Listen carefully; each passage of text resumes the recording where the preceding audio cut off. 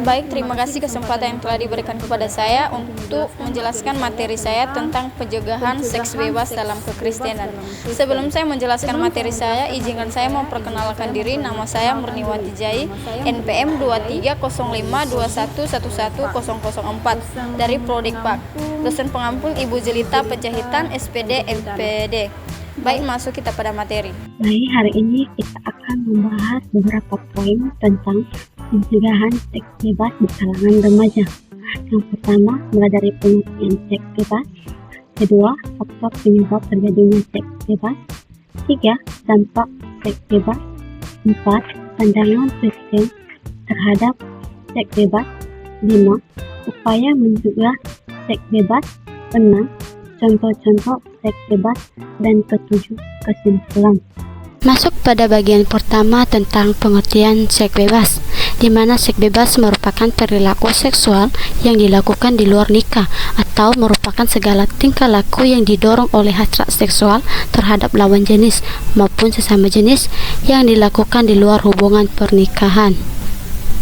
Bagian kedua, kita masuk pada bagian kedua tentang faktor penyebab seks bebas, di mana ada beberapa bagian terjadinya penyebab seks bebas, mulai dari rendahnya kontrol diri, rendahnya kesadaran diri remaja terhadap bahaya pergaulan, nilai-nilai keagamaan cenderung kurang, gaya hidup kurang baik, rendahnya taraf pendidikan dari keluarga, keadaan lingkungan keluarga, gampang terpengaruh terhadap pergaulan bebas, dan yang terakhir media sosial. Hal-hal inilah yang dapat menjadi faktor penyebab seks bebas terjadi di kalangan remaja pada saat ini. Dampak dari seks bebas ada 6 poin. Pertama, risiko dari gangguan kesehatan reproduksi. Kedua, gangguan psikologis. Ketiga, terputusnya pendidikan. Keempat, hilangnya kesempatan dalam mengembangkan diri. Kelima, kehamilan tidak diinginkan. Dan keenam, pengaruh terhadap nilai dan norma sosial. Dari beberapa poin tersebut merupakan dampak dalam melakukan seks bebas terhadap remaja pada saat ini atau di kalangan remaja. Pandangan Kristen terhadap seks bebas. Menurut pandangan Kristen tentang seks bebas, memandang bahwa perilaku di luar nikah merupakan sebuah perbuatan keji atau berdosa yang melanggar perintah Allah dan norma-norma yang ada di masyarakat. Dalam ajaran kekristenan, seks bebas seharusnya dilakukan hanya terjadi dalam ikatan pernikahan antara seseorang pria dan seorang wanita yang telah sah atau telah bersatu dalam ikatan pernikahan. Jadi menurut pandangan dari Kristen bahwa melakukan hubungan seks bebas di luar pernikahan merupakan hal yang keji atau melanggar hukum Allah. Upaya mencegah seks bebas atau upaya Kristenan dalam mencegah seks bebas dilakukan. Dalam mencegah seks bebas ini berfokus pada pendidikan, pembinaan iman serta penguatan nilai-nilai moral dan spiritual yang mendalam. Lalu, ada pun langkah-langkah yang harus diambil atau tindakan yang harus diambil dalam pencegahan seks bebas. Yang pertama, pendidikan agama yang menekankan nilai seksualitas. 2. Pendampingan dan konseling untuk pemuda. 3. Mengajar pentingnya komitmen dalam pernikahan. Dan keempat, menjadi teladan dalam kehidupan seksual yang sehat. Dan yang terakhir, penyuluhan tentang risiko seks bebas. Upaya tersebut merupakan upaya yang dilakukan oleh kekristenan dalam mencegah para pemuda pada saat ini agar terhindar dari seks bebas. Ada pun contoh-contoh seks bebas, mulai dari kissing atau sentuhan bibir, baru nesting yang merupakan aktivitas seksual di bagian tubuh, dan petting atau menempelkan alat kelamin tetapi belum ada kontak alat kelamin.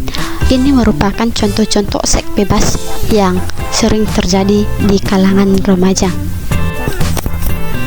Baik, kesimpulan dari pembahasan tentang pencegahan seks bebas adalah perbuatan seks di luar nikah adalah perbuatan seks yang dilakukan oleh orang-orang di luar ikatan pernikahan atau bisa dikatakan seks bebas. Jadi perbuatan seks di luar nikah pada masa sekarang ini termasuk hal yang lazim dilakukan. Orang-orang sering menganggap bahwa seks itu merupakan hal yang bisa dilakukan tanpa ikatan pernikahan.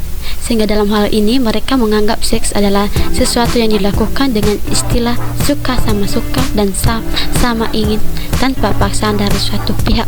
Sehingga pada saat ini tentang seks pada kalangan remaja sering atau terjadi yang namanya seks, karena dalam pemikiran mereka menganggap seks itu merupakan hal yang wajar atau bisa dilakukan asalkan mereka sama-sama suka. Namun kita telah membahas dari pengertian seks tadi bahwa seks di luar ikatan pernikahan merupakan hal yang tidak wajar dilakukan karena merupakan hal yang melanggar perintah Allah.